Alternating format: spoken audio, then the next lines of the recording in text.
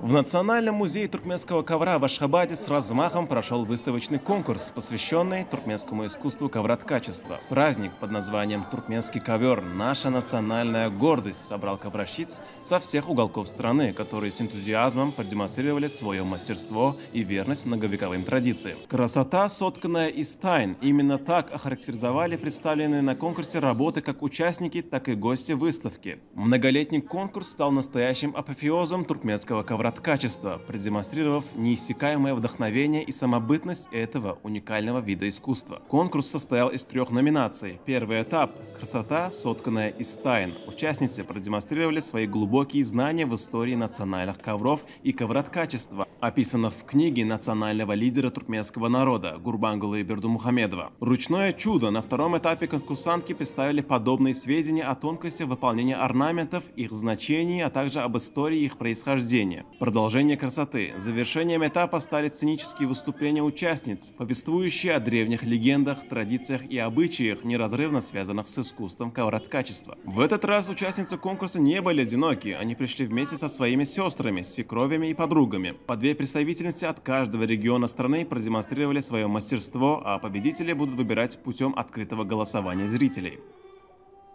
Bizim beş vilayetimizin halçı gelin gıyırları özlerinin hala olan hüveslerini, hala olan söygülerini, vatana olan söygülerini, halinin çitimlerinin üstü bilen, halinin nağışlarının üstü bilen beyan edip, yurdumuzun ötüşlerini, ya bolmasa bizim ine şuyulqı, pekhin paykas ummanı mahtumulu Praga yılına, mahtumulu Praga'nın 300 yıllık bayramçılığının bellenyen günlerini, mahtumulu Praga'nın şeklini, halinin çitimine geçirip şu behetleşikte özlerinin yürek arzuları bilen çıkış edip bir ulu soğutlara manasip bolurlar.